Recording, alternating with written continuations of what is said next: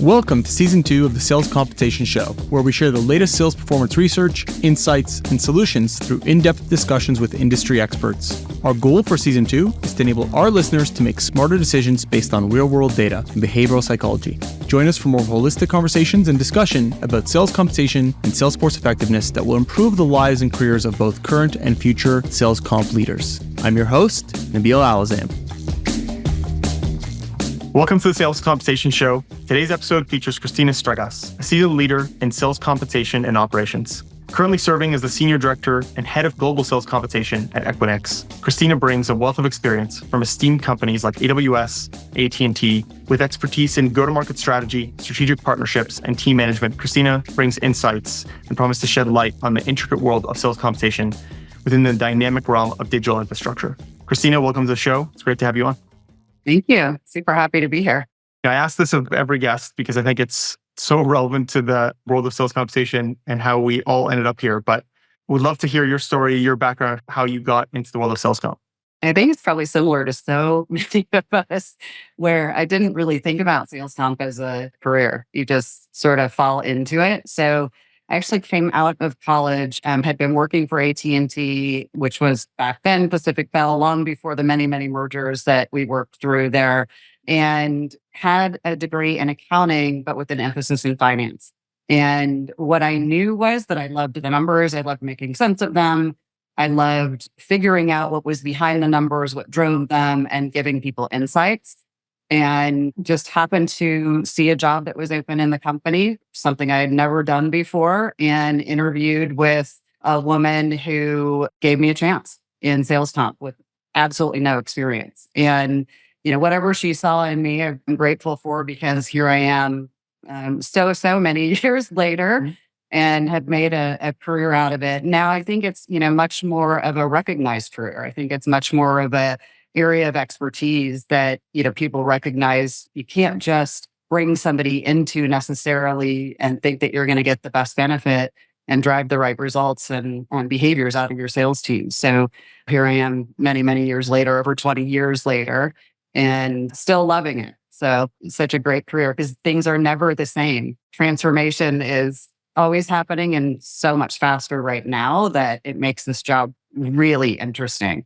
Change is at the heart of sales comp. If you think about no matter what changes you do upstream in terms of strategy, the design of your go-to-market function, until you change those incentives that motivate the sellers, nothing happens. And so it's actually a perfect segue into one of the talks we were talking about around like the element of change within sales comp and how critical it is for sales compensation to be a part of those discussions. And the point that you made around the importance of digital or the frequency of these digital transformations that are occurring across the board. Would love to shed some light on how you think sales comp's involvement should be in these bigger digital transformations. Yeah, even just the pace of what's changing. Candidly, I spend probably most of my time in transformation conversations now. Because if you think about sales comp, when you're executing sales comp, you're at the bottom of the funnel. And so everything that happens up above, if your requirements have not been inserted into that process, then you're going to struggle to actually pay and execute on whatever that transformation is.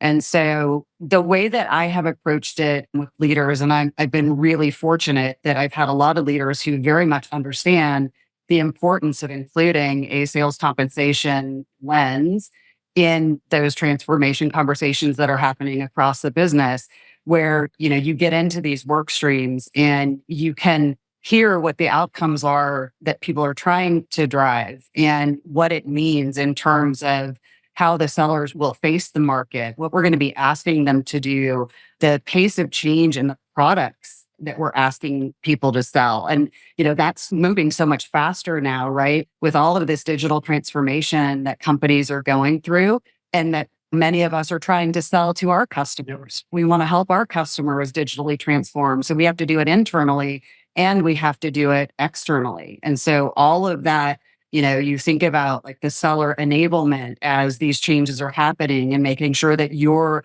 pulling the compensation levers at the time that's right when the sellers have been enabled to do whatever it is that you're asking them to, whether it's changes in your CRM tool and how they're using that, what insights they're gaining from that, and how you sort of leverage that and make it a seamless experience for them is just, I think it's critical. So being in those conversations, sitting at the table and actually being able to say, hey, here's what I think that we need to be able to do. And here are the things that we're going to need to be able to help the business actually drive the behavior that we need to transform.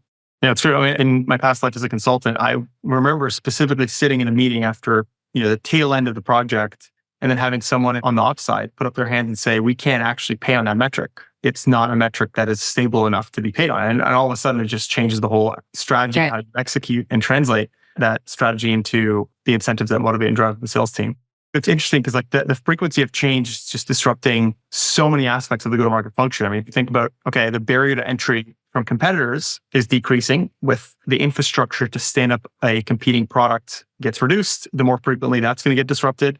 The pace of change in terms of just even the last 5 to 10 years, sales enablement tools and tech stack that the go-to-market functions are using is evolving like crazy. And both of these things are just kind of they compound the acceleration because we're having to disrupt our sales process faster. And then the amount of data that we have is just compounding every single day. And it makes it harder to make a change because you want to analyze all the data that you have and it's happening more frequently. So, I'm curious, over the last 10 years, I guess, have you felt that across all the different roles you've had as a sales comp leader, how that's kind of impacted the way you've managed the team as an example? I would say we're not anywhere near it yet, just because I think businesses are not necessarily fully enabled to take in the amount of data and bring out the right insights that tell you whether your comp plan is effective and that allow your team to really understand, what do I do next? And how do I spend my time in a way that's more impactful than maybe some of the things that we've been doing in the past, right? So a lot of, hands on keyboards, fingers on keyboards. And we're really trying to get away from that, right? We want to automate so much of what's been done manually so that those resources that we all have can actually level up and really start using that data to say, hold on, we've got some great insights here that tell us that we need to change our plans actually even faster than we maybe are comfortable with. And so a lot of people who've grown up in the compensation world have grown up with this sort of mentality that, gosh, our sales cycles are so long and we really need to have stable comp plans for at least a year. And that's just the way it is. That's sort of the normal mentality, but that's not really where we're going anymore. And I think if we don't transform that mentality, then we get into this level of resistance. And so with my teams, we've always talked about the fact that things are changing and this transformation that is happening to the business is not just happening to the business and to our sellers. It actually has to happen with us as well. And we have to really be able to react to the data that, these new tools are throwing off. When you think about AI and being able to give you to advance your sales planning, optimizing your sales comp plans, optimizing your quota planning, how you're setting the quota and really assessing whether or not how you did it was the right way to do it. And if you're driving the right payouts associated with the results that people are creating. But it's a conversation with the teams and really trying to bring them along on the journey. So one of the things that I always try to do when we're transforming anything is to be super transparent. What we know, what we don't know. And, I never stand in front of people and say, we know it all. We've got this thing buttoned up and we're all going to be able to do this and it's going to be easy, because it's not. We know change is really hard and it's hard for people. I don't know about you, but I know every team that I've ever led, the tenure is usually pretty long. Sometimes you've got people on either ends of that, but you've got to bring those people along on the journey and help them understand why and why it's so critical to come along on that journey. Double click on your transparency point and one, I think it's a very good exercise that every sales comp leader should go through, because there's a big part of designing and running the right sales comp process that is about aligning strategy with execution. And if there's any factors that we're making assumptions on, everyone should be 100% aware of it so that we don't have that disconnect. And I think what's interesting is that sales comp drives revenue. Yes, it drives motivation, but it doesn't. I always say it doesn't drive revenue directly. We are aiming to drive a behavior, and that behavior should drive the right revenue or the right outcome for the customer and our business. But how do we get at that behavior has changed significantly. Right? If you think about 15 years ago, even as a consultant, we'd go in and you'd have these interviews, and as a sales comp leader, you're having these interviews and stakeholder meetings with the sales leaders and saying, what behaviors are you looking to optimize for? What's a good outcome? And there's really very little data outside of the qualitative data. And this shift that's happening right now, this transformation that we're talking about is, well, every part of the sales process is now somewhat being captured in a very data-driven way. I mean, I know very few companies that are leveraging their call recording data from tools like Chorus or Gong and actually ingesting that into understanding whether their incentives are driving the right shifts in behavior versus not. But this data is just sitting here waiting for us as a sales comp team to use. I'm curious your perspective is on this. I think that gap is maybe less understood when you think about from a sales leader perspective. Okay, I'm aware of what my team's doing. I'm seeing these tools. I have this data. I'm just assuming that everyone's taking that data and crafting it into the strategy that we're executing on. And yet that disconnect couldn't be wider because we're using, I would actually think the average organization is using a fraction of the data that we used to as a percentage of what we used to use just because the volume of data has just expanded so much. I mean, that's absolutely true. At Equinix, we have an insights and analytics team, and they're standing up some incredible analytics, productivity analytics that are much, much faster than what we've ever seen before. And, we'll feed those we're about to kick off our sales comp process for FY25. But there's still just so much data out there and figuring out how do you use it in the most efficient way. And I would tell you many organizations have somewhat limited resources, right? So figuring out how to leverage the capacity that you do have and what are the most critical data elements to your business, it needs some thinking. You need to step back and think about it. And so I start with the business strategy, right? Not the conversations with the leaders are important because they see the behavioral impacts of comp faster than I will see it in my data. But it's so important to start with the fundamental. What is the business actually trying to drive? Layer on some of those behavioral aspects, but then think about what data elements do we actually have today that I can ingest in my process and do it faster, not just on an annual, but whatever your cycle is that you can take that data. But you do need to be thinking about how do I plan for the future to be able to leverage more of the data much, much faster. So when I'm doing my headcount planning now and I think about my organization of the future, it looks somewhat like what I have today, but it looks like more folks who are using data that's being thrown off by this process and really being able to analyze it and pivot faster, be more comfortable with using that data to make a change really, really quickly. I agree more. I mean, I think the cycles is an interesting point because it's you don't want to wait till the end of the year.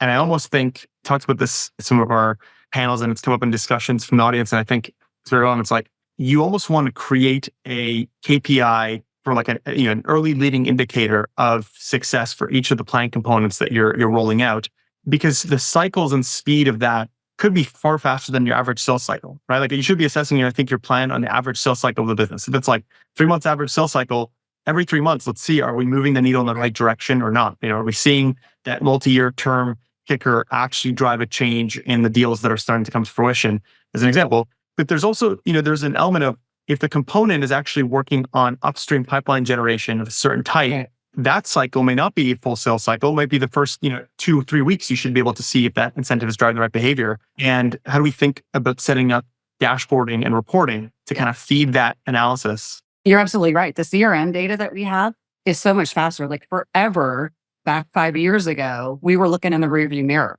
and it was always 60 to 90 days in the rear. And you would go, man, I mean, this is interesting, but where are we actually today? And we just didn't have visibility into what was really happening in sales in that moment. And today we have all of that. And you said something earlier that absolutely resonated with me as something that I've been doing for a long time, which is when I make changes to the comp plan, I try to think about the outcomes that we're trying to drive and what are the data elements that I need to prove out whether we are or are not driving those. And how can I get the quickest indication of whether or not we're doing that so that I can pivot if I need to.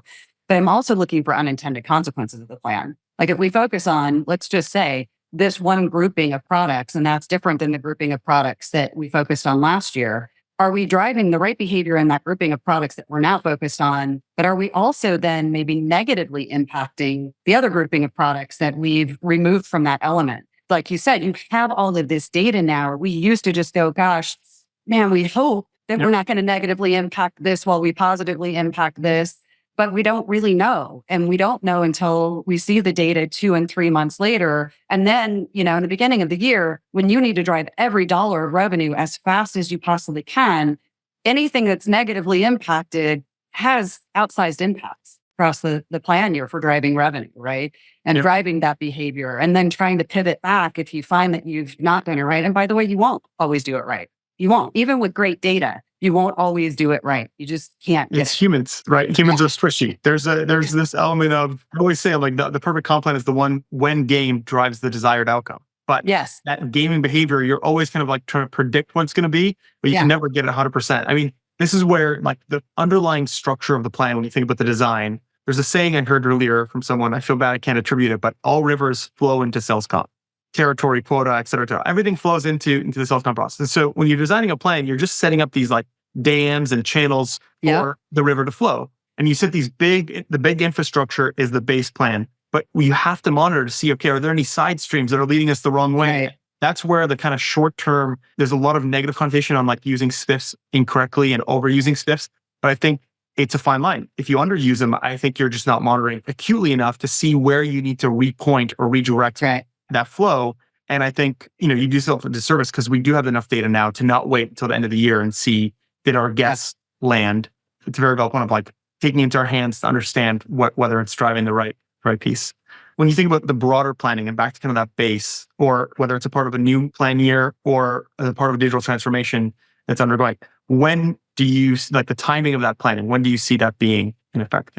We start now. It seems crazy, right? We just rolled out the plans in January. Here we are in April, and we're literally kicking off right now. And I think it needs that. I mean, I really think it needs that time, especially when you're transforming a business and comp needs to support that transformation, because there's going to be resistance to just the broader transformation. And so if you're not starting that and really socializing the key decisions that need to be made, when those key decisions need to be made by, in support of, you being able to get the plans in the hands of sellers at whatever your cadence is. For us, we're trying to bring that in and in and in. We want them in sellers' hands as early in January in the new plan year, as possible, so that they can make their, they can go, okay, I've got my accounts. I know what my territory is. I know what my quota is.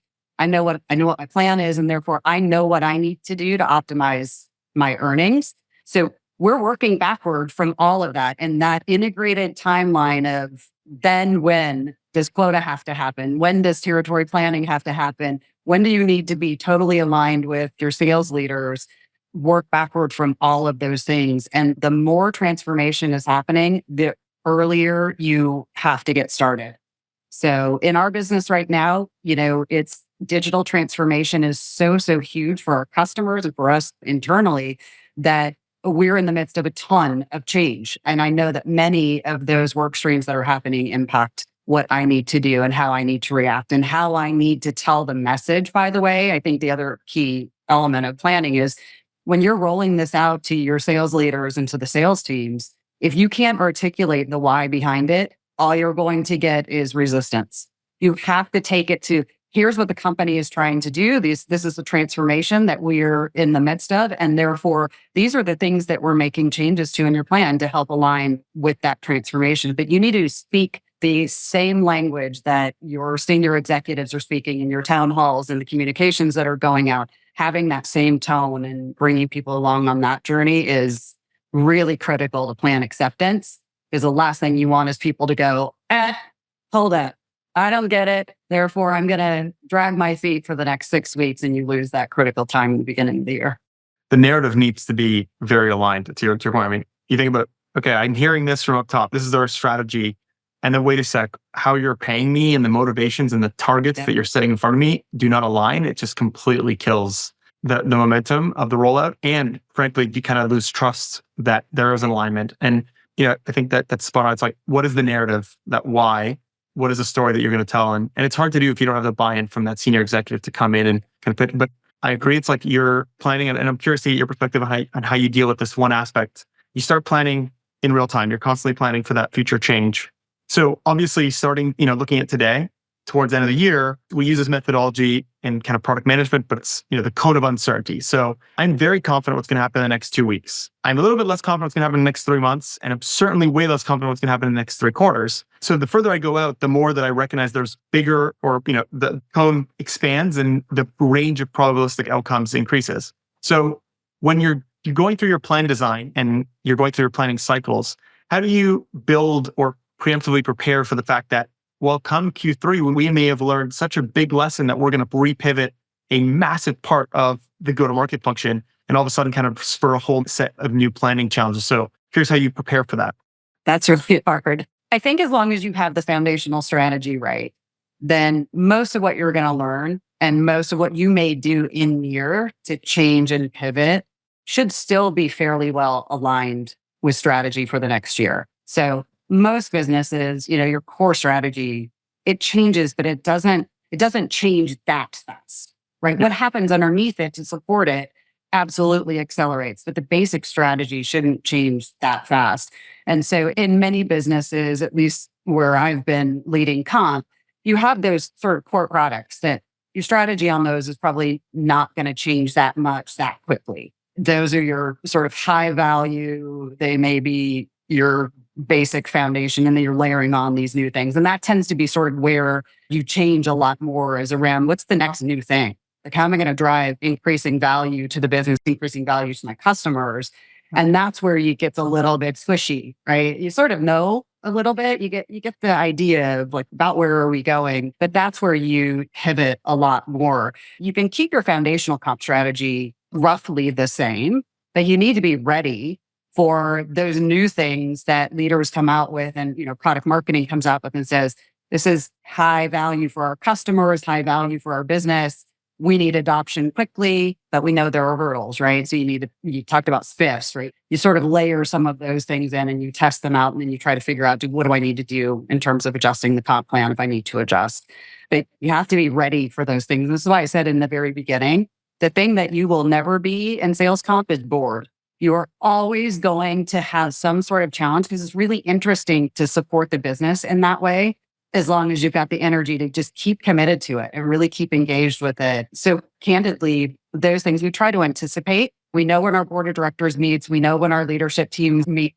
We know that out of those things is probably going to come some actions for us, some questions for us, or maybe even in preparation for those things, so you can get an idea what's on the agenda. You try to keep as tight with your strategy team as you possibly can, with your product team as you possibly can, finance, because they know sort of where we've got gaps, where we need to drive more of something. So I think the more that you try to stay very much aligned with senior leaders in different parts of the business, the more you're going to understand where people are coming from and where you might get noise and pressure to react by doing something within the comp plan structure. Yeah. And the more that you can be aligned with that longer term strategy, the less of a surprise you're going to be hit with. I think it's fun. I think this is the argument back to sales comp as a function. I mean, I've seen it elevate significantly from back when I first started in this space till now. And I imagine you touched on that as well earlier, but if you're not in the loop earlier in strategy, it's like the argument, the fight to be a part of it is, how do you create that pivot? How do you make that change to align if you're not aware of what's important 2-3 years down the line? If you're not aware that, okay, all of a sudden in 3 years, we're going to have to shift to this metric being one of our core metrics, you're not building that narrative, the why now of each plan rollout that is getting you to that kind of mountaintop that we're working towards. That's right. You do. You have to have that working backward. It's obviously going to change and it's going to transform over time. But if you don't, you talked about this earlier, and this has happened to me also in my career, of having a consultant come in and say, this is really the ideal way that you should be thinking about the future and structuring your compensation around these elements. And if you don't have the ability to pull in those elements with a level of accuracy and timeliness, then obviously you don't bring them into the comp plan, because they're not going to drive behavior. They're going to create more noise. And that's last. You don't want sellers to be spending time on their comp plan to tell you how you've paid them wrong. That's not an enabler. And I think about comp as an enabler. And so you have to be thinking about, and this is why in these work streams that I get involved in, I'm thinking about, what do I need to do in a business that's transforming? What metric would I think would best support and align with that transformation of where we're going to be in 12, 24, 36 months? And do I have the data that I need?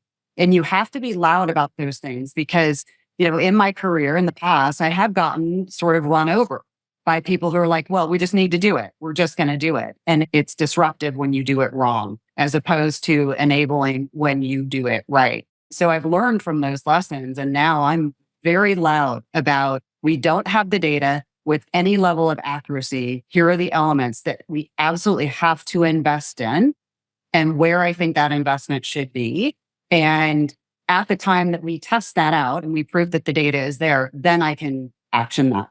But until then, what I will not be able to drive is behavior around these things with the data that we have. But you have to lay that out for folks, because sometimes it's not really clear. You think that it's putting an element in a plan on a piece of paper. It's just going to drive behavior because that's what we're telling them to go do. But salespeople are going to figure out how to make the most money in their comp plan. And if they don't trust the data that you have on one element, they're going to over rotate on another element to try to offset what they are uncomfortable with in that one element.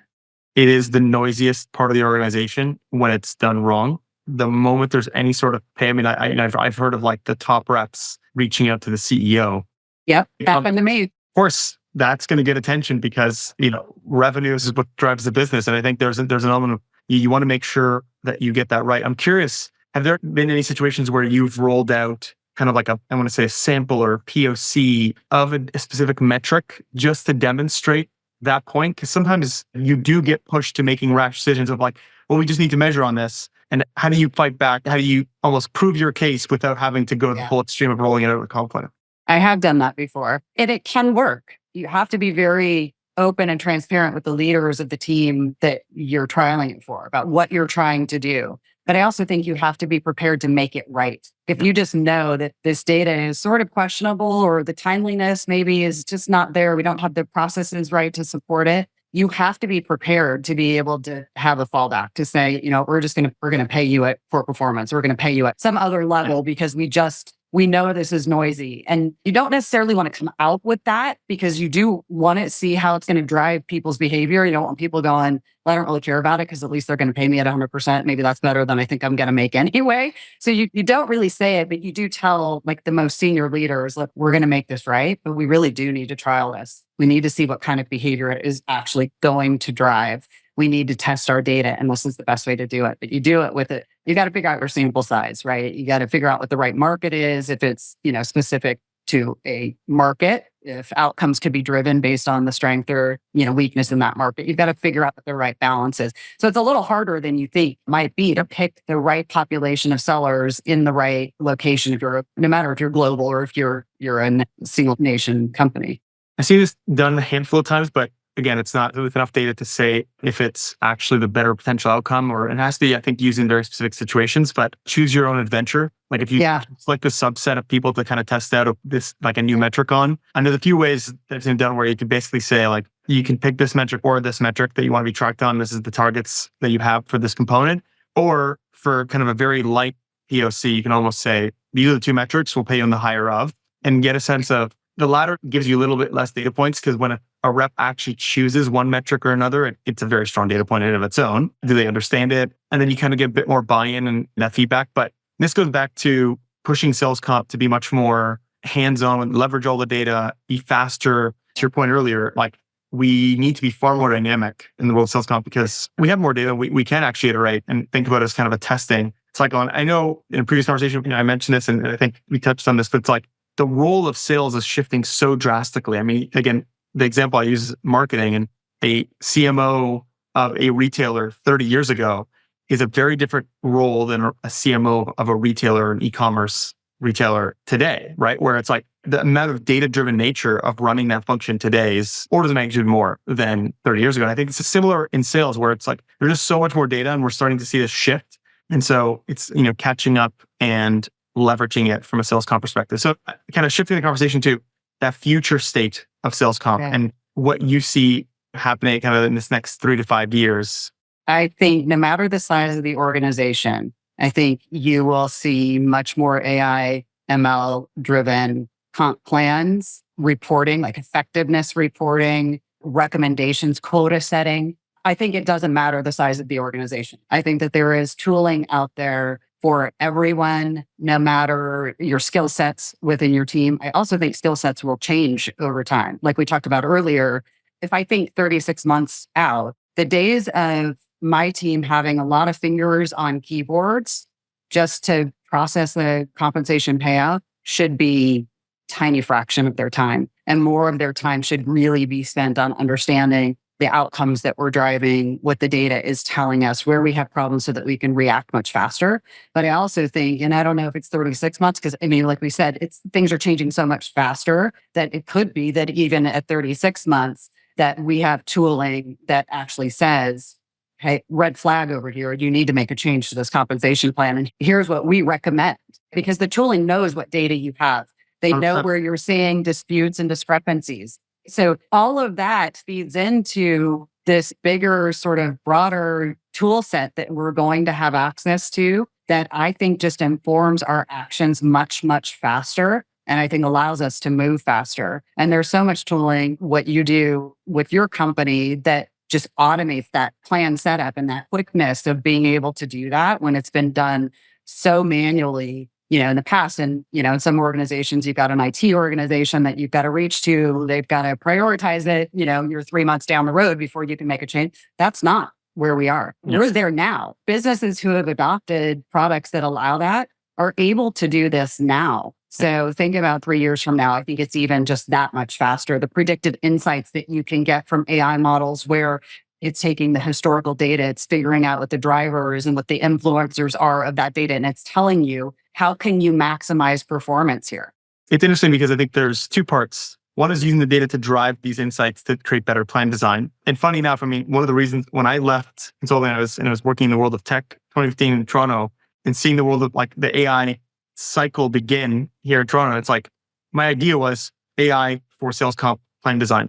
And then I realized, what good is that if it takes you 6 months to roll out a plan? Who cares if you have insights that are coming in daily from a data-driven approach? Cool. Yeah, it's cool, but it's like, it takes me 6 months to implement it. It's not, not that valuable. And then you think about the world of sales comp, you throw some of the smartest technical, analytical, great stakeholder management. These are very hard skill sets to combine into a single person. Take that person, and the average sales comp analyst manager is doing the same type of work that every analyst and manager is doing at every other company, but they're just repeating the same work. Like, when you configure a plan in one company versus another, are you not to some extent building the same similar queries? Yes, the data is nuanced and et cetera, but it just seems like the value of that resource being allocated to kind of thinking about strategy and up-leveling them to be that financial steward of this massive investment that we make in the go-to-market function through incentives. And instead, just automating all the configuration so that you can focus on the data and the insights. And we haven't even tapped into how much of a shift is going to come. If you think about the average enterprise and how they set quotas, take historical sales times the multiplier, that to me is insane. We peg an entire person's on-target earnings in this field of sales to this element that this target is fair and equitable. And I think if we're not using every possible data field, every data element that we have and attribute to perfect how we set those targets, you're kind of doing it in injustice, and you're not really paying for performance. And this evolution that's going to happen in this next, I think 3 to 5 years is definitely going to drive that. I'm looking forward to the most, candidly, the quota setting, territory planning, and really leveraging data to create the most optimal territories, and then set quotas that are aligned with whatever that territory really could create in value for the business. Like you said today, it's all sort of, we use some human judgment because we know this one big account over here is not going to spend as much, or this one is growing, and so it's going to spend more than the growth rate we're getting from finance, right? Because always said, a bad quota can completely blow up an incredibly perfect comp plan. If there ever was such a thing as a perfect comp plan, a bad quota can blow it up. And where you tend to adjust then is, you do some sort of whatever your cadence is, maybe mid-year reviews of where do we have performance that's maybe lagging how the business is performing. That means our quota probably was set too imprecisely, and we need to adjust. That's how we react, as opposed to being able to say, we're confident in our quota setting models, and the data that we have used to set those models is solid. That's the opportunity that you should have as the seller who owns the customers in that territory, wherever you are in the world. And you should then be able to say, okay, but we're not driving the right behavior in the plan, and therefore the plan itself needs to change. Not necessarily, maybe the quota changes, but not necessarily. It's more about what are the outcomes that I'm actually driving based on the plan components and how I align that to the strategy. And to your point on the insights and kind of the getting the red flag as a warning, we need to adjust. That is very difficult to do unless you have a great data-driven quota setting process, because I need to have high confidence in the quota, not just at an aggregate level that the rep sees, but the makeup of how that quota gets produced, which is like at an account level, this is what you should be expecting by this month in the year. And the moment that you see it's being slightly off is when that alarm, that warning flag gets raised to the application. And it just has so many compounding impacts. I 100% agree with your point. Like the best comp plan, 80% of it is the target setting, is the quota setting. That's right. And that red flag today comes from the seller. That's the last place you want it to come from. And you want, by the way, you want them to trust that you are looking out for them, that you're testing things and that you're really thinking about how you're driving behavior, because you want them to have that ultimate level of confidence in what you're doing. They may not always agree with what you're doing. It happens all the time, but you want them to have a level of trust that they feel like they have the opportunity to earn, not that you're going to, adjust in some way that's going to negatively impact them, but that you're looking at it. You're testing for performance. And when you do need to make adjustment, that you've got some really good communication that goes with it. And, I think, again, to the future, AI helps you with that, helps you with the messaging and really crisping up the message. You can do that today. Use whatever chatbot you want, but find a way to crisp up your message and deliver things more proactively to the sellers. But I think ultimately all of that's going to be part of this comp ecosystem that is being developed right now. 100%. I mean, it's funny, when we first started Forma, one of our lead engineers was always very dismissive of the AI craze. And I think there's only even now, I think the average consumer has actually interacted and touched the latest AI technology, right? And so, okay, you're using ChatGPT, you're using, Bard, you're using all these platforms, and it's great, you see it, but it's actually not artificial intelligence. To me, it's augmented intelligence. And that was the term that we kind of used internally. It's about augmenting the human to make more decisions faster. Yeah. That's it. And I think to me in sales comp, it's the same thing. It's like, you just want to, okay, we can all think of those workflows of, if this rep hasn't hit this threshold of this component by this date, we should be seeing that as a warning. But in sales comp, we end up getting pulled in. 90% of the work ends up being in the admin execution of payroll. And of course, you're never going to let that drop, because at the end of the day, that paycheck needs to be accurate to the penny. It's kind of one of the core elements of sales comp, is like, you can't get it wrong. And so it just drives the focus over here instead of over here. And it's like, the more that you can automate over here, and the more that you can serve up the data to the comp team to actually be able to make decisions faster, the more you can augment them to actually drive the most out of that money that we spent, which is kind of like the vision we always had. But yes. And you're right. I don't, even today, I think people don't really quite understand the power of what real AI is and where you use machine learning. There's a lot there. And so I read a lot on that, because I think that's something that I need to understand a little bit more. And I listen to a lot of people talking about how they're using it today, how they're thinking about it for future, how they're investing, what it means to their data platform, right? Because you do have to think about processing power. And there is so much to that if you had said to me 5 years ago, we could be thinking about delivering comp plans that are highly individualized, I would have told you no way, because there's no way you could administer that. You'd have to have an army of people to administer individually structured compensation plans. But that's not going to be the case. And I would say it's probably not the case today. None of us are really prepared for it, because we haven't been able to really invest and understand, what does that mean? Is that a good thing? And how would we take advantage of being able to do that?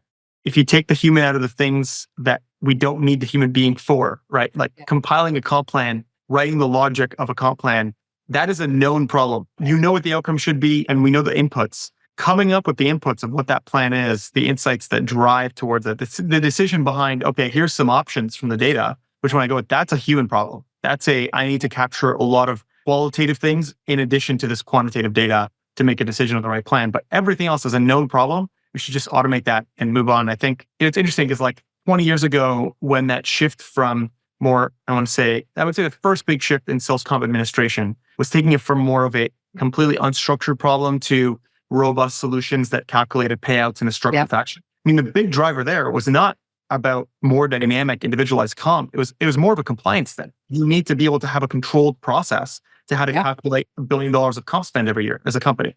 Well, now it is about driving outcome from a revenue perspective. And to do that, you're not individualizing potentially to the individual seller. You're individualizing the plan to the territory, the customers, the pipeline. I mean, I talked about this, last time. It's like, if you have a rep that has 80% of their revenue in their pipeline closing in Q1 the following year. You're going to change their comp plan at the end of the year. And now what? You're just going to disrupt their entire flow. Like, why don't we think about, bounties at a deal level, et cetera? I mean, there's just so much opportunity for disruption in how we think about this in the next 3 to 5 years. Absolutely.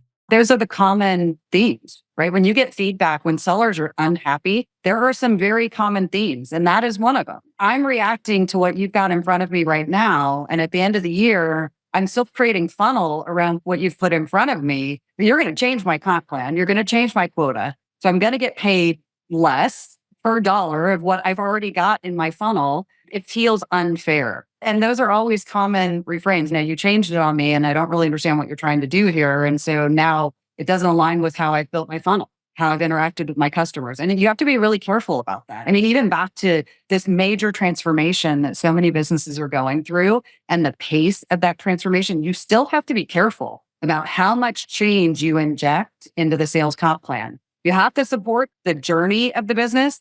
But if you completely blow up a comp plan and put something in front of a seller that is 100% new, it's going to take a while. So if you feel like you need to do that, make that choice very carefully and start to have those conversations much, much earlier. You will have this massive lag of acceptance of the plan. We know, when we talk about human behavior and resistance to change, even in environments where now I think it's so much more normal for us as humans to experience change at the rate that we do, there's still resistance to change, especially when it comes to your pay and how you're able to make your mortgage or pay for your kids' college or whatever it is that you're trying to do, that people don't love when you mess with it. So you do still have to be metered in how you sort of roll out the level of change that, you ultimately know you need to do. It's like the bigger the change, it's exponential, the amount of enablement and training and coaching you need to do.